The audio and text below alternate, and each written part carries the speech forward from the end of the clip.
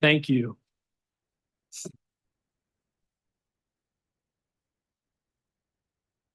As we start today, the superintendent wants to bring a matter forward. Dr. Negron?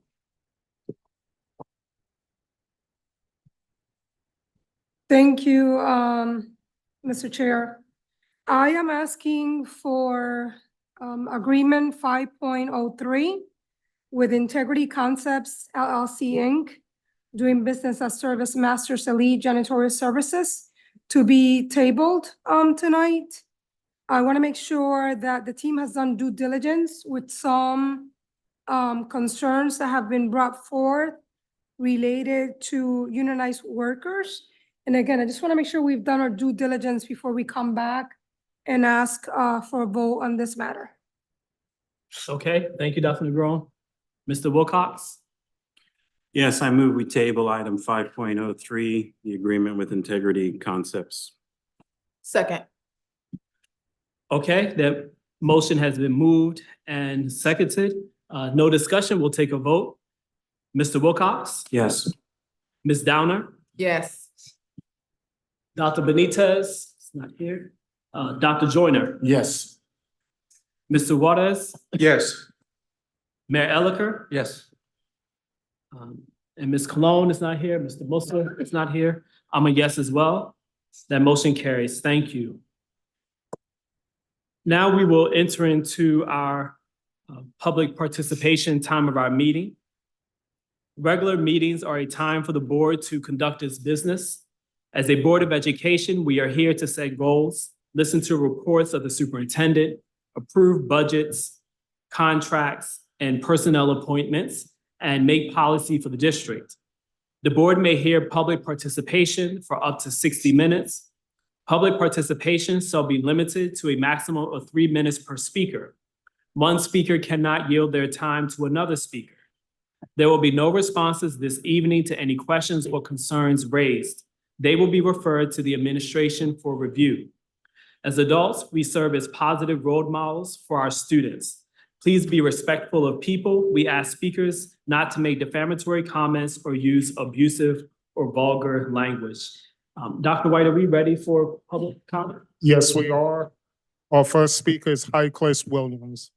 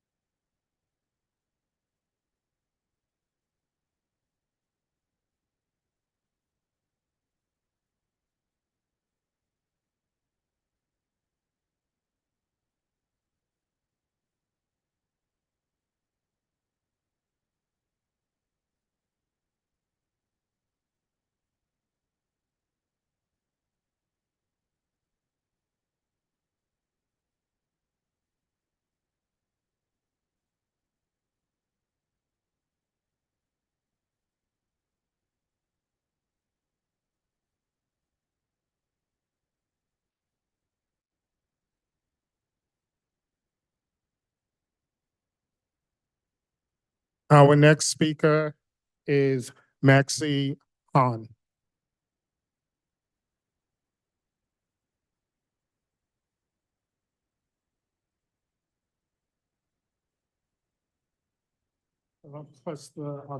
Yes. Good evening, everyone. My name is Nancy Han. I'm a junior at Wilbercross High School and a member of New Haven Climate Movement's Climate Education Committee. In observance of Mental Health Awareness Month, I would like to talk for a few minutes today about my experience with climate anxiety. I'm pretty sure that you have all heard about climate anxiety. It's the deep and persistent worry about how climate change will wreak havoc on our planet and human existence if left unhindered. When I think about climate change, I sometimes feel an existential dread for a disconnected future spiraling towards destruction. This is what I mean by disconnected. We are recklessly and permanently severing the intricate bonds that connect us all to the natural world. Over the past few centuries, we have conveniently distanced ourselves more and more from nature, seeing ourselves as invincible subjects who exploit nature as an object. The very fact that we refer to nature as an it shows how deep this subject-object divide between us and nature goes. This artificial divide has played no small part in causing the climate and environmental crises we are currently in, and it is also at the root of my climate anxiety. We need to transcend this destructive divide. Think about how our relationship with the earth should be like. Our Earth's flowing streams and vast, tumultuous, breathtaking oceans. Our Earth's forests that create beautiful melodies when the breeze stirs through their leaves. Our Earth's abundant life present in every tiny scuttling insect, every fish whose iridescent scales flash for a second in sunlight before diving beneath the water again, and every cricket that will soon be chirping New Haven's summer lullaby. Our Earth's boundless sky that melts from evening to night in the most inexpressively beautiful colors. Our Earth's vicissitudes of seasons that lilt in a soothing cyclic rhythm. All of these evoke in us a sense of ineffable awe, a humbling yet grand sense of connection to our Earth. We are all interconnected with our Earth. When we embrace this interconnectedness, we feel a deep sense of tranquility, of belonging, of joy, of freedom even, from some of the monotonous, trivial tasks of our daily life that shrink in comparison to the dynamic heartbeat of our Earth, a heartbeat that we can see, hear, and feel if we just pay a little more attention to the natural world around us. This heartbeat calms us, soothes us, and sustains us. But we have so alienated ourselves from our Earth, isolating ourselves in concrete and asphalt cities, ravenously digging in the depths of our Earth for valuable resources and carelessly spewing toxins into the air that sustain us, so much so that I can barely sense that heartbeat anymore. Can you? That heartbeat is also growing weaker, burdened by all we have inflicted upon our Earth.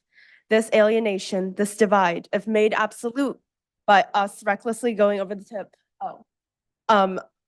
a tipping point of our climate will only result in the demise of us all. I would like to request a meeting with the superintendent, Dr. Negron, and Mr. Wilcox to further discuss the possibility of climate internships to help bring more climate education to our schools to address some of these feelings that some students may be having with their anxiety towards climate change. Thank you so much. Thank you.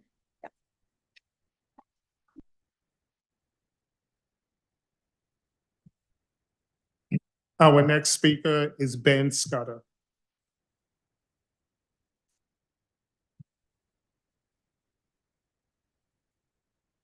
There we go. Hello. My name is Ben Scudder. You've heard me talk to you a few times now. I'm a teacher at high school and community and a New Haven resident. I just want to share a couple of things. First of all, a huge shout out to our paras showing up, New Haven Climate Movement showing up, and so many other folks who have shown up over the past months, fighting not only for their jobs and fair wages, but also to make our city a better place. Place that I really want to believe that everyone here and everyone in all of our government positions want to see us get to. I was part of a group that went up to Hartford last week to talk to the governor, asking for more state funding. And it was a great experience to go up there and get to, look the governor in the eye and ask, why are you saying one thing but not backing it up with your budget? And one of the things the governor brought up, which I'm not surprised by, was to say, well, are you making sure that your Board of Ed is accountable for every dollar? And I wanted to say to him, okay, absolutely, it's fine to say that. And he pointed out to districts like Bridgeport, for instance, that are struggling, that are having some really tough times right now. But what I really wanted to emphasize to him was this: that two things can be true.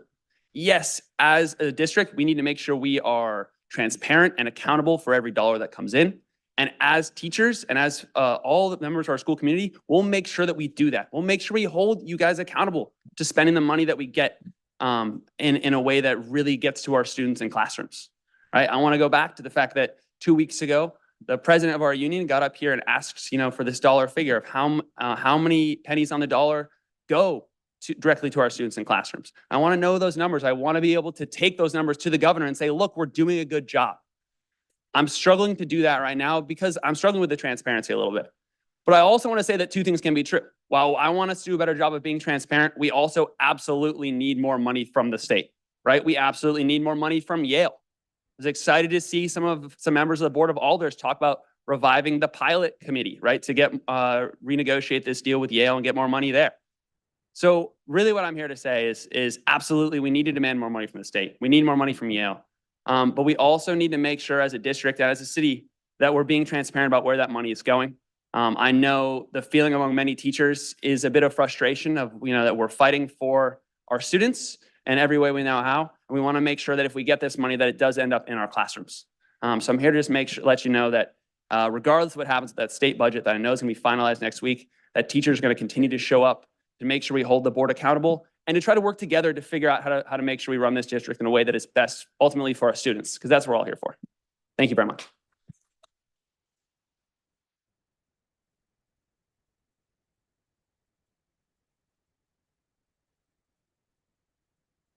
Our next speaker, Cheryl Alexander.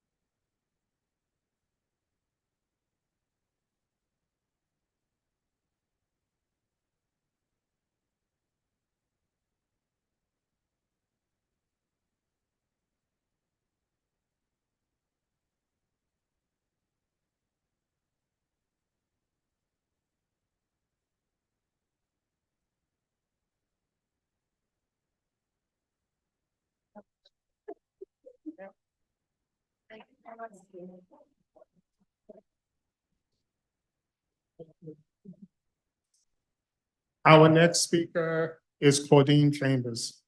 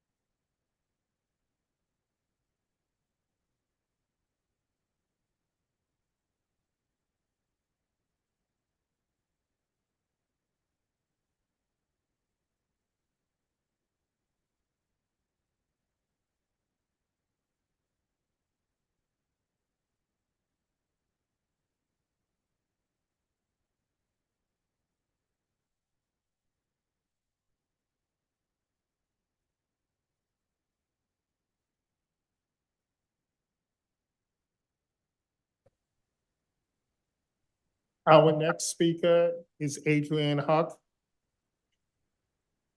Good evening, BOE members. My name is Adrienne Huck, and I'm a co-founder of the New Haven Climate Movement and NHPS alum.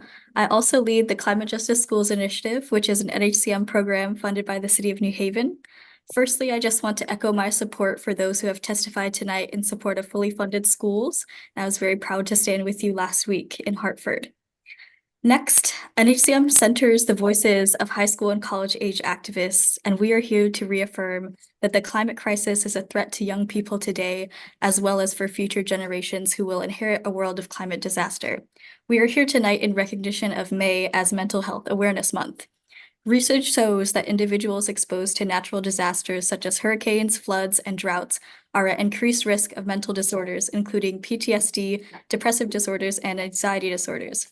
Stresses like personal and financial loss after climate disasters also creates mental health burdens. Forced migration and displacement can bring about social isolation and discrimination. Younger people carry a disproportionately higher burden of the effects of climate change compared to older generations.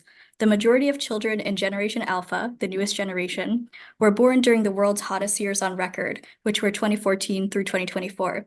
Gen Alpha has exhibited a higher environmental awareness than Gen Z and will face environmental challenges to a degree that prior generations have not experienced.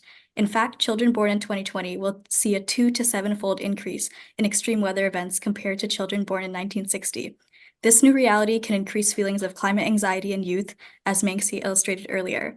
The mental health impacts of climate change will also impact the most vulnerable. Lastly, given constraints this budget season on hiring new staff for NHPS, we are seeking college or graduate student level interns who can perform research under BOE staff supervision on topics such as energy usage in NHPS buildings. We are exploring different options for the funding of these interns, such as from the City of New Haven and/or the Yale Office of New Haven Affairs. We'd like to thank Mr. Wilcox and Superintendent Negron for meeting with us in March on this topic, but we would like to request a follow-up. Specifically, we're seeking your support in letting us know the top areas where these potential interns could assist with making New Haven Public Schools operations more climate-friendly and who might be able to support their endeavors. We hope to see this intern program in place for next school year to help New Haven mitigate a heartbreaking future that will undoubtedly worsen mental health challenges. Thank you again for your time, and we look forward to collaborating on this potential opportunity. And once again, also calling for fully funded public schools and support for our teachers and students in a fully funded New Haven Public Schools district. Thank you. Thank you.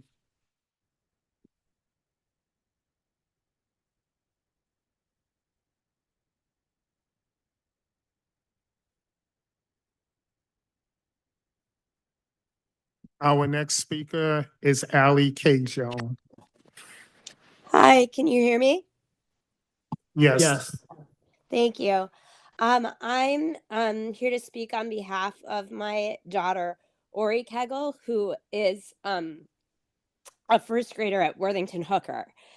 She turned 7 this weekend. I wanted to talk on her behalf about the potential decision to transfer Principal Clarino to another building. My daughter carries multiple disabilities, including feeding aversion. She was tube fed until she was 3, and medical post-traumatic stress disorder and ADHD. And Mrs. Clarino has really been a lifeline for both of us in terms of not only making sure that she has the support that she needs to function at school, but also helping her to believe that she can have the same success and delight in learning that typically developing children have. Having a consistent principal in a building is a huge deal for vulnerable children like my own, who, as is obvious, switch teachers every year. It's really important for those kids that need additional support, whether it's for learning or for staying healthy or for learning English, or just to support families that are going through a hard time, that's the function of having a consistent principal. And so I am concerned about my own child and about other vulnerable children in the building who would have a shift in that leadership that has been a lifeline to them and their families. And I also, from what I observe, just in the 10 minutes at drop off and arrival, I think it would be a huge loss for the rest of the children in that building as well. Um, the, you see like so much joy when those children go in. My own child is so excited to go into the building and greet Mrs. Clarino every day. She makes sure that there's a bubble machine on for them at all entrances. And I think that I worry that the decision to transfer her is an uncharacteristic um, failure to prioritize children in our district, which deserves to be very proud of putting students first and making that our priority in every matter. Thank you. Thank you.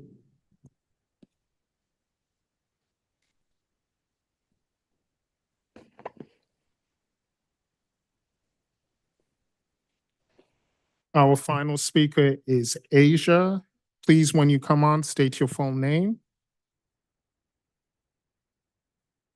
Hi, can you hear me?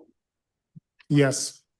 Hi, my name is Asia Nyopane, and I am a parent to a child that also attends Worthington Hooker School. And since the speaker before me stated out, very well said case, I will just like to echo and support her and ask you to please reconsider moving Mrs. Clarino from her principal duties in Little Hooker School.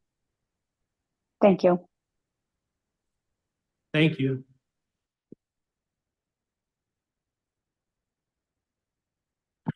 Our next speaker is Shelley McKinnon.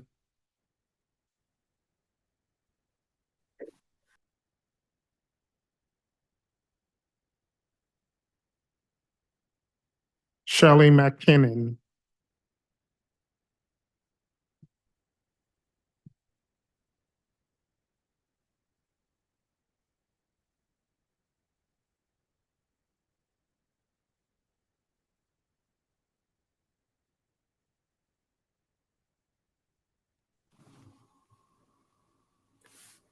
Hello, my name is Shelley McKinnon, and I'm a parent at Worthington Hooker School. I'm here today to speak on Assistant Principal Clarino's transfer from Worthington Hooker School at the end of the year. This is the second meeting I've attended to speak out in support of Miss Clarino because I feel so strongly that her transfer is a huge mistake. I'm a parent of a kindergartner at Worthington, and I'm becoming increasingly more concerned about this change as the end of the year approaches. I was nervous, earlier in the year, but I sort of thought that maybe things would shift and that the Board of Ed and the superintendent would realize that this is such a massive mistake. And now as the end of the year is coming and this is still impending, I'm becoming, going from nervous to truly distressed. Sending your child to kindergarten is often a nerve-wracking experience for many families. It was for mine. You never know if your child is going to really thrive, if it's going to be the right place for them. And we were super fortunate that we ended up really loving the school that our son attends. And I think a huge part of what we appreciate about WHS is the leadership. And so with Jenny's transfer approaching, some of those same jitters that I had at the very beginning of the year are now resurfacing as my son's going to be approaching his first grade year. I can't help but feel that this change in leadership could potentially have a huge impact on the school culture and the climate in a massively negative way. As I mentioned before, I really truly thought that by now that this would have kind of gone away. And so now I'm begging that we are able to recognize that Jenny is truly an incredible assistant principal. She works with our youngest and most vulnerable children at our K2 building at Cantor Street. I've spoken to countless parents and faculty members who are distressed by the thought of her leaving. Although she is an assistant principal, she acts in many ways as the central leadership and face of the Cantor Street School. She greets my son every day and each child every day with such a warm smile, and she actively engages with all of the families at our school. She is a joyful presence at our school. If you have a question or concern, you can count on Jenny to be there and to make sure that you feel supported. You can go to her directly, and she's always so active, so quick to respond. We find her presence very comforting, and just we're deeply sad at the thought of her not being at the door to greet us each day. We all know that consistency and continuity is key for both student success and for a positive school climate, especially with young children like this. And I love this school. I love New Haven. I believe in New Haven public schools. And I just, I really do beg you that from somebody who lives here and wants to raise her children here, please reconsider. Please reconsider and keep Jenny Clarino at the Cantor Street School. I think that this type of decision is going to have a negative impact on hundreds of children and families. Time. Okay. Thank you for your time. Thank you.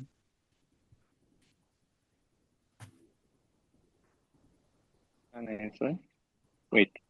When Hi, you come on, yes. please state your full name. My name is Thomas Goldenberg, resident New Haven, 324 Nickel Street. May I proceed? Yes. So I'm the father of a student at the Cantor Street Worthington Hooker School.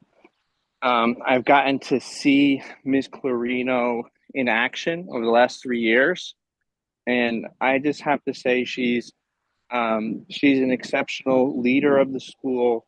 My child has always looked forward to going to school, and I have to believe, based on what I've seen, that a lot of it is due to Ms. Clarino's presence, the care and attention that she gives to kids. And so I'd like to echo a lot of the statements that were made by previous speakers or parents of that we have to believe that this is a misguided decision, and she has done nothing but perform excellently at the school, and we'd all be extremely sad to see her be moved elsewhere. That's all that I have to say. Thank you. Thank you. Dr. President, that concludes all the names. Thank you very much. Thank you for participating. Next on our agenda is discussion and vote on anticipated action items. First, the approval of the May 12th, 2025 minutes.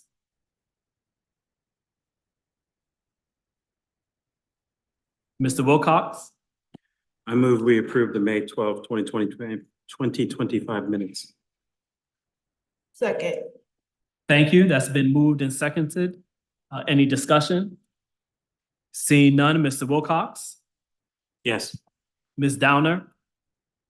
Yes. Dr. Benitez is not here. Dr. Joyner? Yes. Mr. Juarez? Yes. Mayor Elicker? Yes. I'm a yes as well. That motion carries. Next, we have the personnel report. Dr. Negron?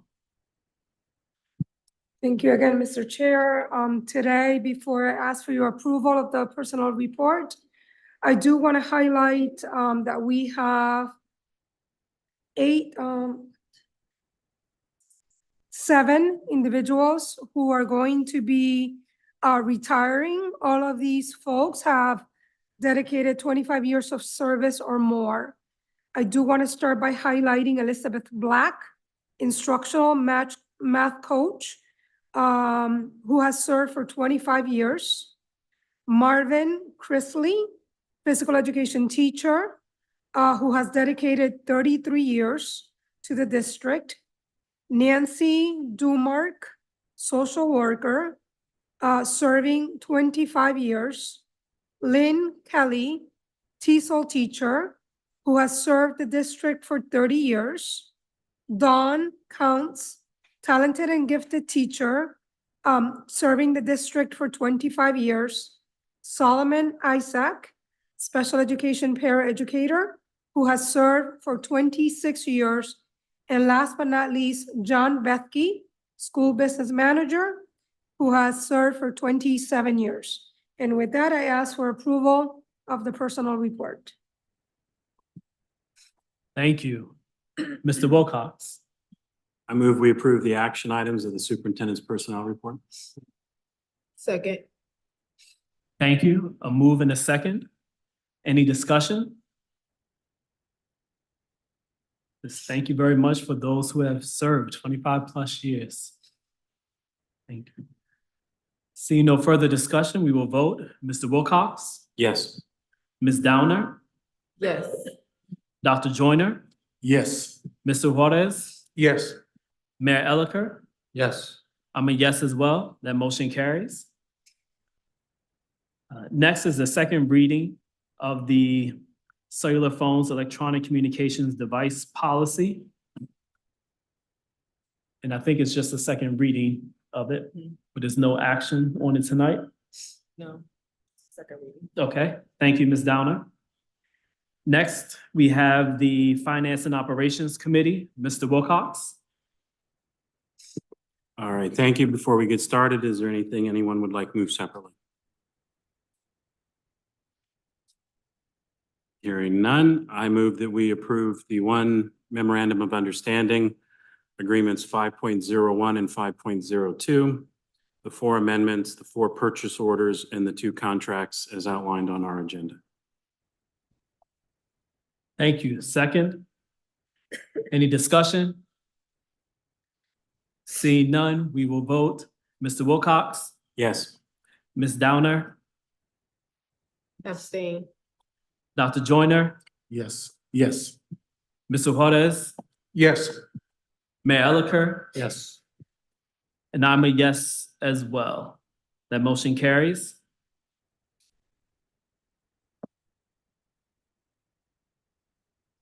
Next on the agenda, the students report. But the students are not here right now. Next, the superintendent's report, Dr. Negron. Mr. President, Oh, or Dr. President. yes, Mr. Wilcox. If I could just, because it relates to the students, did just want to say that I was able to go up to Hartford last week as well. And one of our student board members, John Carlos Musser, gave a great talk at the rally that was there, which was attended by union members, union leadership, members of the public, et cetera, were there. And then also went in, he was part of the group that talked with the governor, and then later was also arrested in protest. So I just wanted to just call that out as a, true student leader, as he continues to be. And really grateful for him. Thank you. Thank you. Thank you for recognizing them and him. Dr. Negron?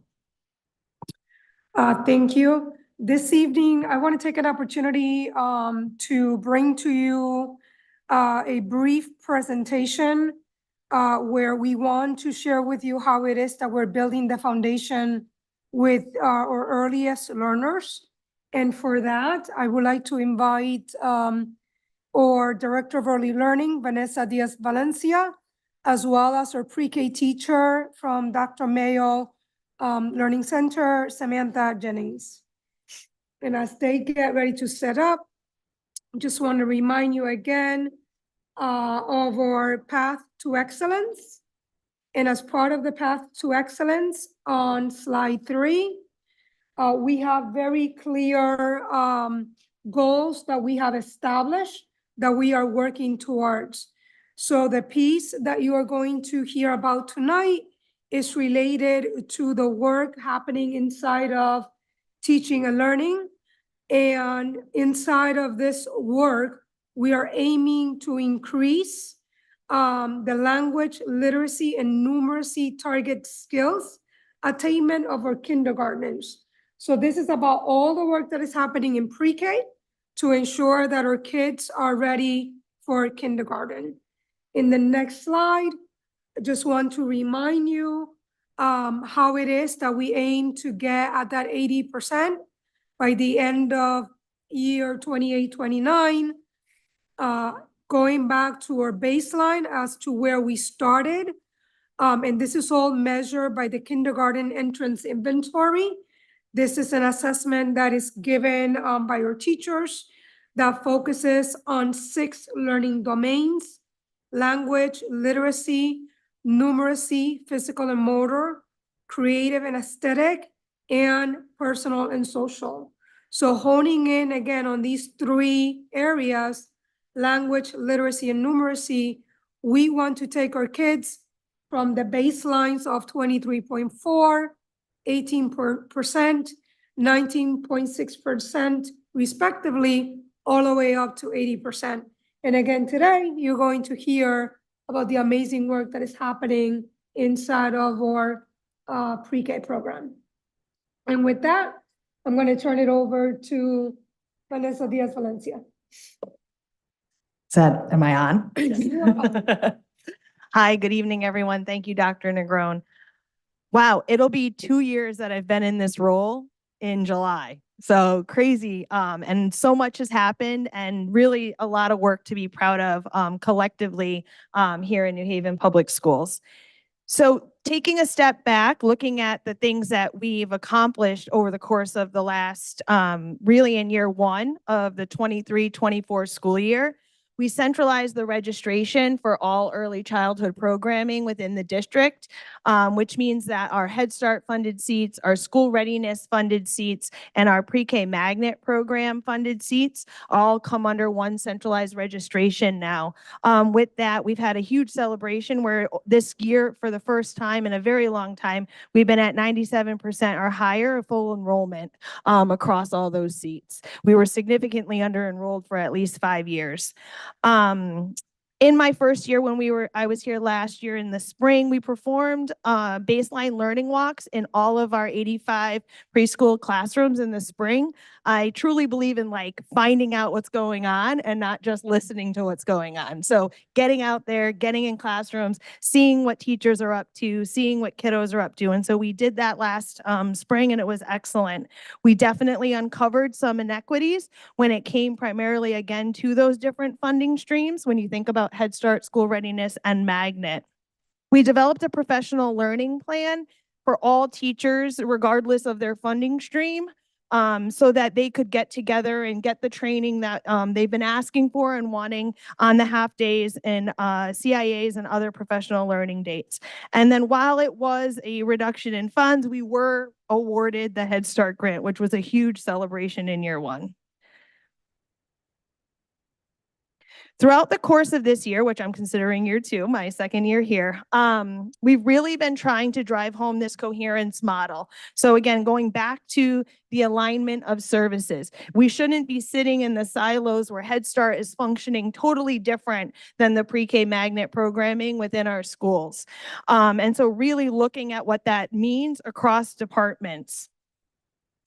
Also utilizing resources to ensure equitable access for all of our kiddos. Again, when we did those learning walks back in the baseline last year in the spring, there were some stark differences. I'm a pretty transparent person, just gonna be upfront and honest. Going in some classrooms, I mean, the teachers would say to me, and this is not just from my own eyes, but they're giving us feedback. They hadn't received materials in a very long time. And so with the support of Assistant Superintendent Red Hannons and obviously Dr. Negron, really trying to tap into also this year some of those the ESSER funds that were available still, and trying to get some of those materials that could be utilized across all 3 funding sources. We've had a busy year as well when it comes to curriculum instruction and assessment. We implemented, with a focus on language and literacy aligned to the strategic operating plan, we implemented pre-K foundations and Heggerty. Foundations is a phonics program. Heggerty is a phonological awareness program to build language. We also developed, communicated, and implemented daily schedules. So part of this presentation is not only about the fruits of our labor relative to language and literacy, but also play-based learning. And part of that was really around the daily schedule. You have to have that time to not only teach explicitly some of those language and literacy skills that need to happen, but that time in the schedule for open choice and kiddos to have autonomy over how they learn and how they play. With that, we also updated and revised our early childhood look for tool. And this year we did 2 learning walks. So we did one in the fall, winter time frame, and then one again in the spring.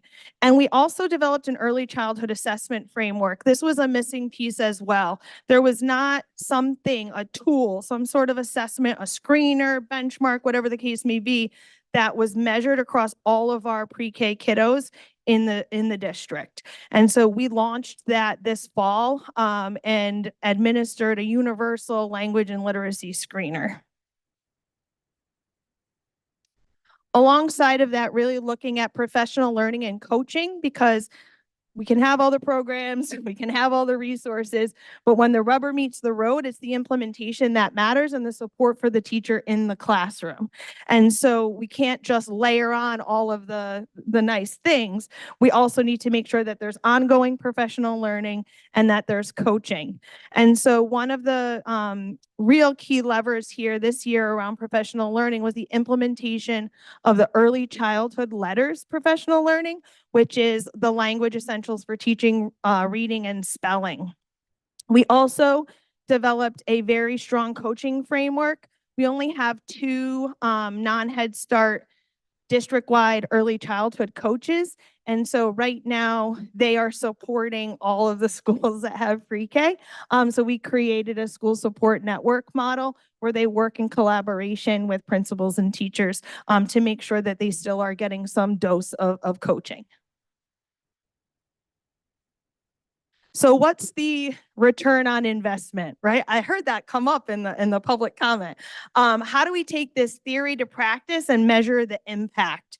So I really think of it this way whenever there's an initiative or something that we're implementing, right? You have to build the foundation. So you have to have that teacher knowledge or stakeholder knowledge. You then have to monitor the implementation. It's great to say, oh, we've got foundations here in New Haven Public Schools. Great, but how do you know it's actually being implemented on the daily in every single classroom? And then on top of that too, what's the outcome? So how are we measuring that student knowledge and progress is actually happening as well? Because that's the only way to impact systemic change, is that you have both the theory, the practice, but the implementation and then the student outcomes. And so that's really what we're here to celebrate tonight. The return on investment. So this right here is a look at the early childhood letters professional learning that I mentioned that the teachers have gone through this year for pre-K. All 78 of our classroom teachers have done this training. It's face-to-face as well as online and coaching supports in the classroom. At the beginning of the year, when taking the pre-test, it's kind of like a college course assessment, I guess you would say, in early childhood literacy and language. Our average proficiency score for our teachers was 65%. And of the 36 that have already completed the post-test, they have until June 13th. We're now at a 98%. So this right here just demonstrates the impact that high quality professional learning and ongoing monitoring, because we see people's progress throughout the year in the online platform, can make. So our teachers are growing, the adults are growing, and so we know that that is one piece that's building that foundation. Next, around that middle bucket around monitoring implementation.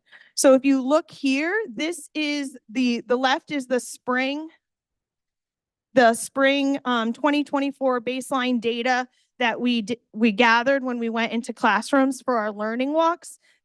The tool that we use is a quantitative tool alongside of a qualitative tool. So essentially there is a rubric and you measure, not applicable, yes, mostly, somewhat. So on the left, in the areas of physical environment, language, and literacy, those were our spring scores. So a lot of room for growth. This was the percent of classrooms that scored in the yes category for those areas. Obviously, under each area, there's indicators below that, right? Like teacher uses X kind of words, like it's more specific to what the adult actions are. It's huge. I mean, I'm just so proud of our teachers and of the work that we're doing. Like spring of 2025 in physical environment, we went from 33% to 61%. We went in language from 14 to 43. And in literacy, you went from 14 to 50. So still growth to like room to grow, right? But we are starting to see some really, really strong work happening in our pre-K classrooms. And the fruits of that labor is also showing up in our student level data. So quickly, I know I only have not too much time. Quickly here, you can see from this fall of 2024 to now, which is spring 2025, of all of the pre-K 3 and 4-year-olds in the district, in the fall, on average, they could name about 14 letters in the alphabet. So that's lowercase and uppercase. Now in the spring, on average, they're naming 34. 34. That's exceeding what we would want them to know going into kindergarten. Their letter sound association, which is even more remarkable, of the 26 the 26 lowercase letter sounds associated with the letters, they know 17 out of the 26. And then onset and fluency also, which is basically, the word is bat. What sound do you hear in the beginning? Being able to do that. They went from being able to identify it in one word to 3 out of 5.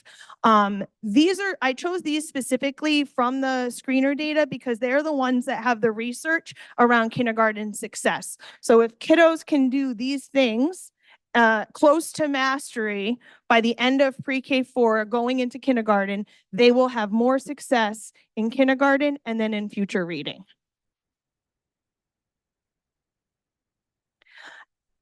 Qualitative data, right? Just as important. Look at this growth. This is writing. This is students' names that they wrote. A teacher had these in the back of the room from the fall to the spring. Look at the difference. Absolutely remarkable. And this is only 2 of a full classroom it was incredible. I'm segueing now a little bit. I don't need to read this word for word, but into the legislation regarding play-based learning and the requirements and call for making sure that play is happening in pre-K and in kindergarten. Is that my time's up? Oh. And then also noted in the legislation, this idea of it being something that should happen as well in grades 1 through 5, as far as allowing kids the opportunity to work collaboratively and play. So with that said, I am going to turn it over to our wonderful Sam Jennings. Thank you. So what is play-based learning? And we know it's a law. We should be doing it. So exactly what does it look like and what is it in a classroom? Play-based learning is an approach to a child development emphasizing the importance of hands-on, active experiences that engage children's natural curiosity and creativity. So play-based learning, if we just change the words from play, everyone would be on board. If we say it's hands-on learning, project-based learning, everyone's going to want to be doing it. So some things that students are learning through play-based learning are lifelong skills that are crucial, that they need to learn at these early years to be able to do them later on in life, such as executive functioning, collaboration, conflict resolution, taking risks in their learning, which helps them learn to persevere. We want them to learn these at an early age because it carries over into adulthood. Here's a few pictures of students learning through collaboration and hands-on learning. During my work with the AFT teacher leadership, I had some conversations and did some surveys about play-based learning. I talked to pre-K teachers and kindergarten teachers. We found that a good amount of pre-K teachers are doing play-based learning, and we want to keep it that way. What we did find also was that kindergarten wasn't really doing play-based. Either they said, no, we're not, or they're not really sure if they are or not. So after talking a little bit more and doing some more surveys with them, I found that they have no time to implement play-based learning with the rigorous curriculum that we have. There's a lack of materials because you need good materials, open-ended materials for these students to learn through play-based learning, or excuse me, let's call it hands-on learning. There's also not enough support, and there's a lack of understanding of what play-based learning is. So many people look at me and say, oh, you play with kids all day long. No, I'm teaching them. They're learning. They're learning crucial skills that they need to go on to kindergarten, to go on to first grade, to go on to high school, to go on to life. So looking forward, I came up with an idea of a 3-year plan. We need to have a collaboration between pre-K and kindergarten teachers to create an alignment with play-based learning and our curriculums. We also need professional developments that focus on implementing play-based learning, and they are teacher-driven and teacher-led. We also need paras in all the kindergarten and pre-K classrooms to make this successful. Thank you. Ooh, sorry, I was taking your notes.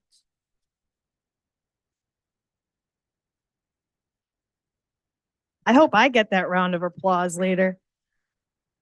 So where are we going, right? So thinking about, I guess the reason that we kind of layered some of the language and literacy focused work for pre-K alongside of this play-based piece is, and someone said this in public comment as well, both can be true, right? So we can have an existing initiative and still bring in best practices and align the work. And I always see it as, that's my job as being in central office. That's my job, is to make that connective tissue for teachers so it doesn't seem like another thing you're asking us to do.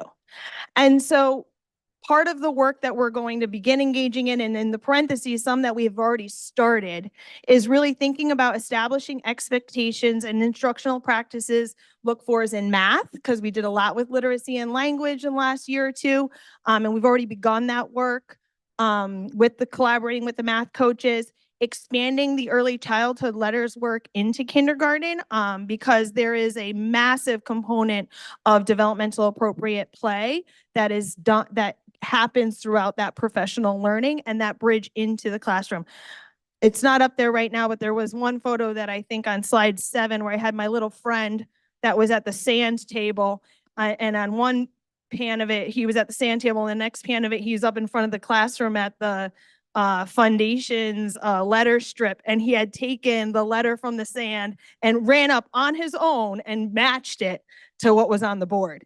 And it was just such a beautiful example of how, again, both things can be true. We can get at teaching and learning standards, okay, whatever, and also build play and approaches that meet our kids' developmental needs.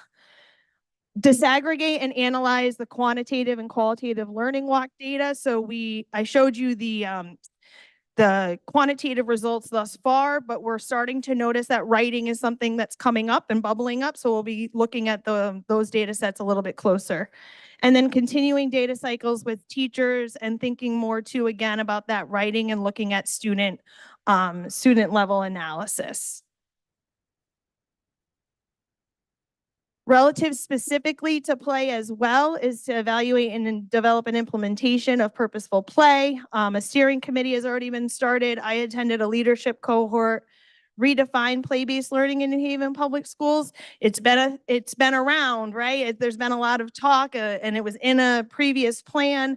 But how can we take stock of what's happening in kindergarten? Because there are some practices that are still there. And so one of the goals is going to be to get into those kindergarten classrooms, every single one. I think there's 50 in the fall, and really get a baseline for what's actually going on.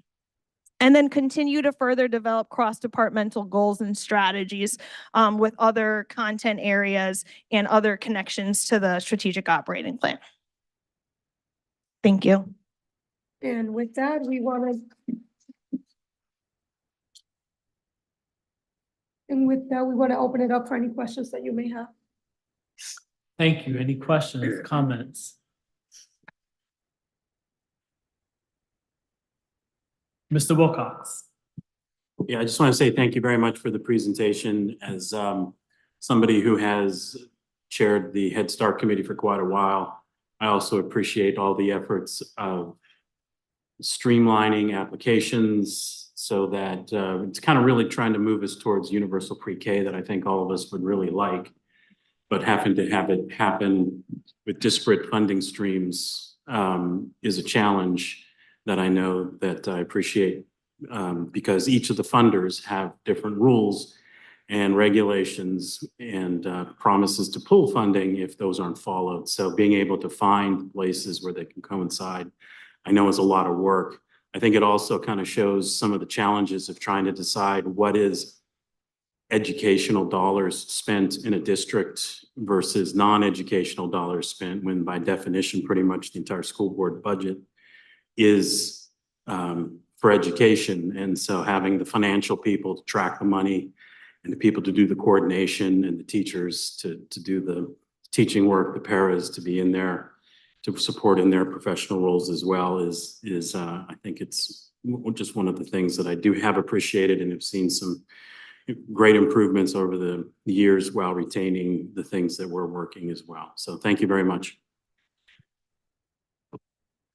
Thank you. Two things. One, I just wanted to thank you for coming forward and presenting to us today. Dr. Negron, thank you for bringing the topic. Two things out of many that jumped out to me. One, that you really focused on the measures of student success and kindergarten success when you identify like what are the specific outcomes you're looking for and how you're able to measure them. So I appreciate you kind of concretely tying the work of teachers and staff and the students into what are the indicators that set them up for success later in life. And the second thing, and I think maybe you spoke to this, the opportunities for strengthening the handoff from pre-K to kindergarten and being that translator between the activities that are in both classrooms that can be continued or can be modified in order to really help the foundation that is laid in pre-K continue to be strengthened later on in kindergarten and through the rest of a student's education and life. So just thank you for the work that you're doing and all the staff and teachers. Thank you. Thank you. Thank you. Thank you.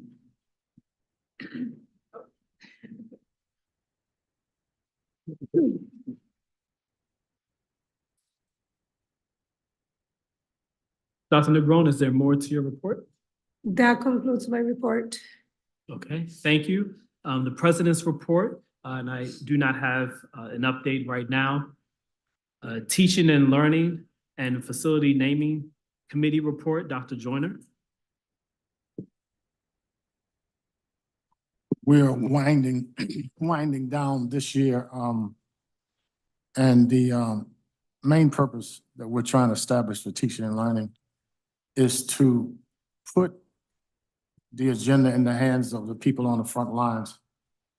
And we always ask the question, what policies do we need in teaching and learning that we don't have that would improve teaching and learning in the classroom? And having missed a meeting, I've had some time to think a little bit about what's currently going on now, not just in Connecticut, but throughout the United States with regard to public education. And we could do a lot more if we had more resources. If the state fully funded special education and took into account the rising costs of special education, if they understood infrastructure and the fact that when you build new schools, you also have to have a budget for maintaining and keeping them. If the state had a state standard for paying paraprofessionals and teachers, like a lot of states do, And if the people who are publicly elected officials really understood what it takes to educate poor, rural, and urban children in this century, and if they understood the challenges in a school district where on any given day, you can have loads of kids that don't speak the language that transmits intellectual information to each other, and that they come from disparate environments that I think New Haven delegation is an exception. I think the governor is an exception too. He's exceptionally uninformed about public education.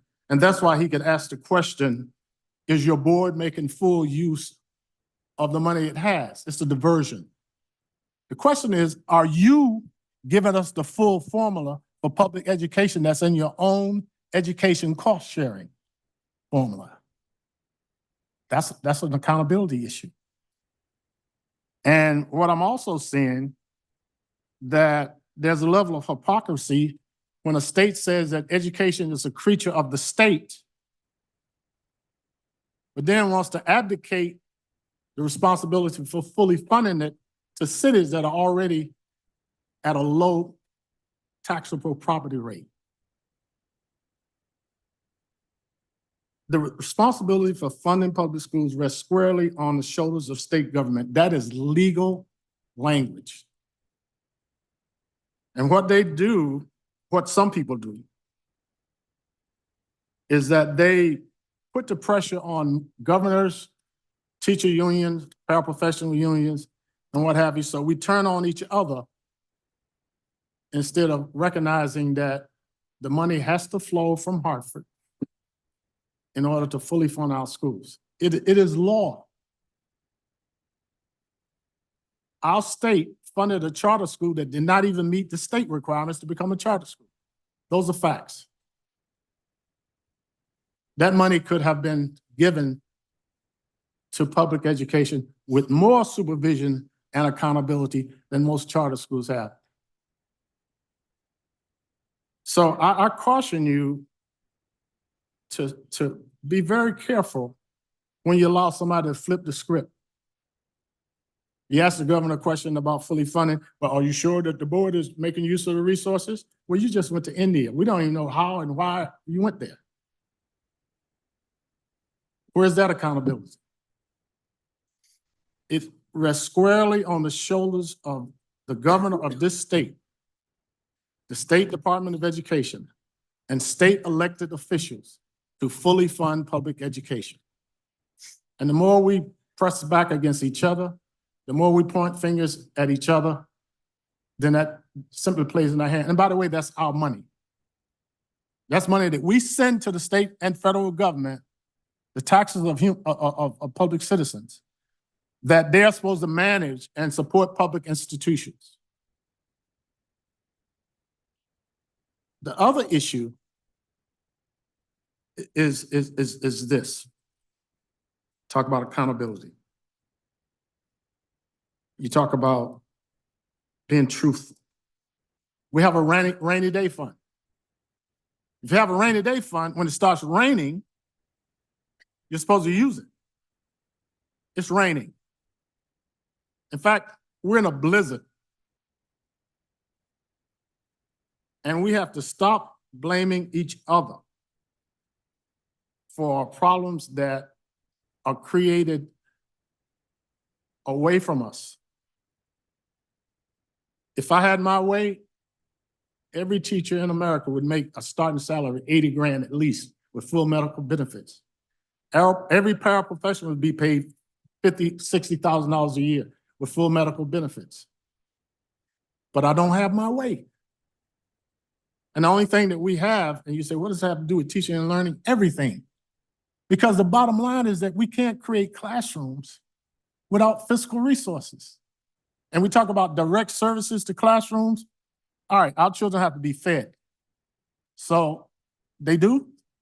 So should we eliminate cafeterias and food service workers? Our children have to be transported. Should we eliminate busing? Our children, some of our children get health services from the school only. And some immigrant children are afraid to go to hospitals now because they will be detected and sent back, whatever. That, I know that because I have a nephew that works in the largest children's hospital in the Southeast. Children have to be protected. Do we want to take security officers out of schools in an urban community that is not itself responsible for crime, but a lot of the big criminal actions take place in urban communities?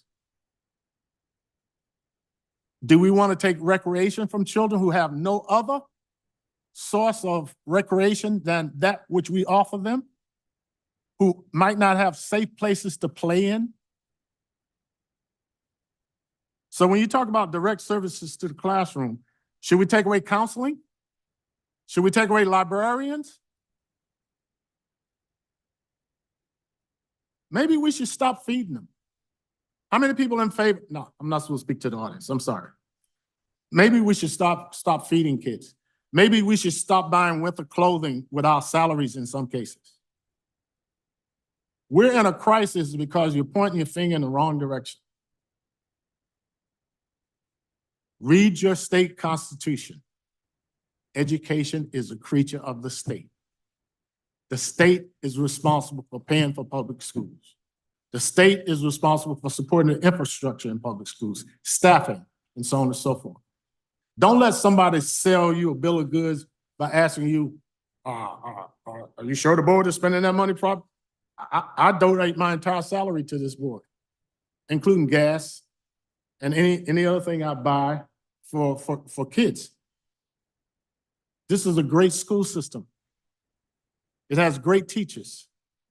Our pre-K program is par excellence. Ed Ziegler would be shouting in heaven, seeing what we've done with pre-K.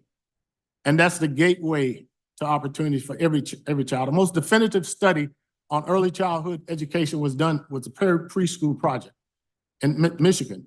And those kids years later evidenced more effective coping behaviors, had better jobs, limited criminal background than kids who did not have that.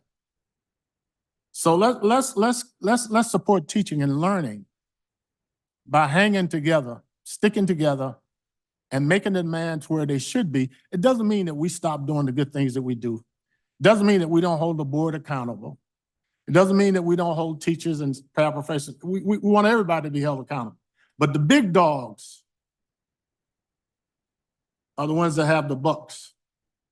And they're the ones that are making these decisions that's creating chaos, particularly in urban communities.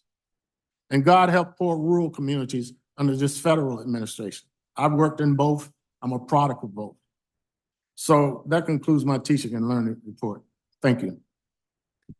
Thank you, Dr. Joyner. Any discussion? Thank you, Dr. Joyner. Facilities Naming Committee report.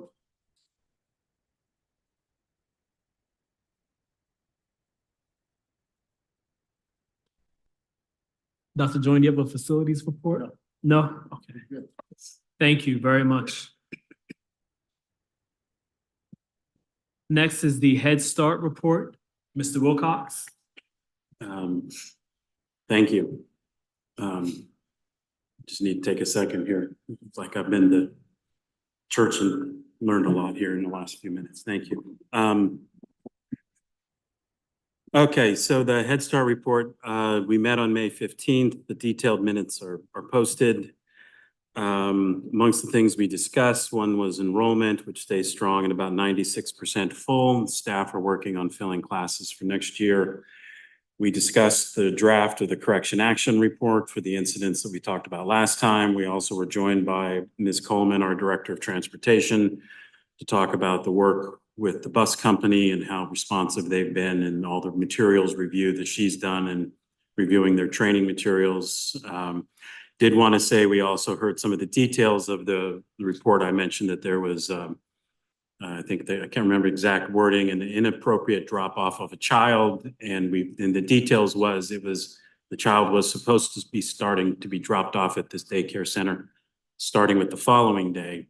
And the bus driver had some confused information. And so that was, I was happy to hear those details, that it was, while still not appropriate and so on, it was a little more understandable to me. So as I mentioned, the detailed minutes are posted with a lot more information. Happy to answer any questions. Thank you. Any discussion? Thank you. Mr. Wilcox, the citywide school building, please. Thank you. This will be very brief since we've not met since our last board meeting. Our next meeting is scheduled for June 12th. Thank you. Any discussion? Seeing none, the Finance and Operations report, Mr. Wilcox. So Finance and Operations Committee, we did meet last week. We received the April budget report, which is yet another chapter in the continuing saga of chasing a budget deficit, really for the 6 years I've been on the board. Staff is still working hard to do that. I'll just put out there the offer that we've made many times before. A lot more information is put out in these meetings than there used to be, and I invite people to take a look at the April budget report, which I think was posted for meeting materials for this meeting. I assume for the F&O meeting is on that website for that. Any one of those categories, we can produce more information or request more information about what is encapsulated in some of these broad budget categories. Some of those categories used to be combined into one line. Now they're broken out into 3 or 4 lines so that people can start to get a sense of what goes into a materials budget or other things. So I invite you all to, anybody who's interested, send an email to the committee, which should be myself, President Yarborough, and Ms. Downer, and to the superintendent. And we're happy to take a look at it. We've also looked at, in the past, we have reports, special reports in our discussion items on things like legal costs and change orders, et cetera. So we could also explore that. So in addition to that, we had an update on various projects at King Robinson School, and then we started to take a look again at our data sharing policy. That concludes my report. Thank you. Any discussion? Thank you. Seeing none. Next is the governance report. Ms. Downer? Yes, the governance committee has met and we were going over policy 5114, the suspension and expulsion policy. We will meet again on June 5th to finalize policy 5114. Thank you. Any discussion? Next is the food service task group report. That is myself. Dr. Joyner, this is one of the categories, the food service. And I just know that this is a task force, which has in its care the nutrition support of our students during the academic year when classes are in session, but also has taken it upon itself to help support nutrition when classes are not in session, because we are in a community where that support is needed and appreciated.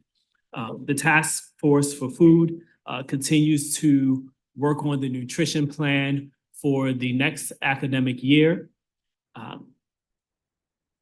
as well as working for the time of the gap to see how we may serve at the end of the summer when there is a gap between the summer programming and the beginning of the academic year.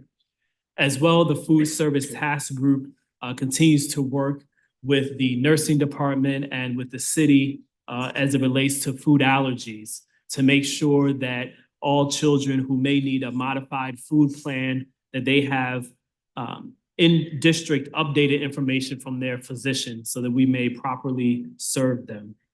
Any discussion on the food service task group? Dr. Joyner? I just would like to commend you for being concerned about whether or not kids get enough to eat. I find it strange that in a country that professes a certain amount of evangelicalism, when they were admonished to feed the hungry, clothe the naked, and to give shelter to the homeless, I find it strange that we can say that that's who we are. When you go home now, think about the number of homeless people per square mile in this city and the number of hungry people per square mile in this city than in some of the places that people live that make decisions about feeding people, housing them, and paying them fair wages. So I commend you for the good work you do without asking for any salary or benefit other than knowing you're doing the right thing. Keep up the good work. Thank you, Dr. Joyner. And certainly there's a dedicated and growing team of individuals and partners that make this all possible and have made it their mission to make sure that our students are fed so that they may learn and grow. Okay, I will now accept a motion to adjourn. So. It's moved. Is there a second? I'll second. Thank you. Who was that? Who seconded? Mr. Wallace. Oh, Mr. Wallace. Thank you very much. Ms. Downer, Yes. Mr. Juarez, Yes. Dr. Joyner, Yes. Mr. Wilcox, Yes. Mayor Elicker. Yes. I'm a yes as well. Thank you, everyone. Thank Good you. night.